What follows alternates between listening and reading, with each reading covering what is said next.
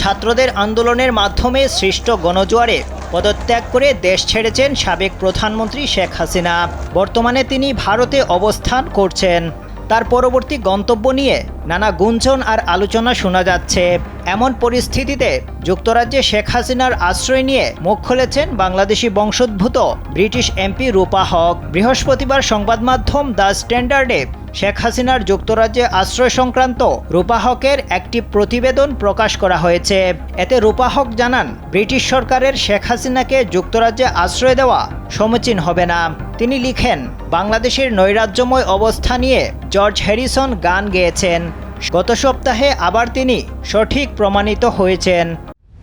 দেশের যে কোনো প্রান্ত থেকে অনলাইনে নিজেকে দক্ষ করুন ক্রিয়েটিভ আইটি ইনস্টিটিউটের সাথে। রূপা হক লিখেন, বাংলাদেশে সাদ্দাম হোসেনের ক্ষমতাচ্যুতির মতো একই ঘটনার প্রতিফলন দেখা গেল, যেখানে জাতির পিতার ভাস্কর্য গুড়িয়ে এবং কুশপুত্তলিকা দাহ করা হয়েছে।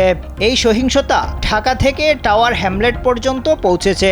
রূপা হক ছাত্র আন্দোলনের মুখে শেখ হাসিনার পতনকে তিয়ানআনমেন স্কোয়ারের সঙ্গে তুলনা করে লিখেন, শেখ হাসিনা দেশটির আয়ুষ্কালের বড় একটি অংশই শাসন করেছেন। রূপা হক ব্যক্তিগতভাবে মনে করেন, ব্যাপক অজনপ্রিয় শাসনামল ও অভিবাসন সংক্রান্ত রাজনৈতিক স্পর্শকাতরতার নিরিখে যুক্তরাজ্য সরকারের এমন কাউকে আশ্রয় দেওয়া বুদ্ধিমানের কাজ হবে না।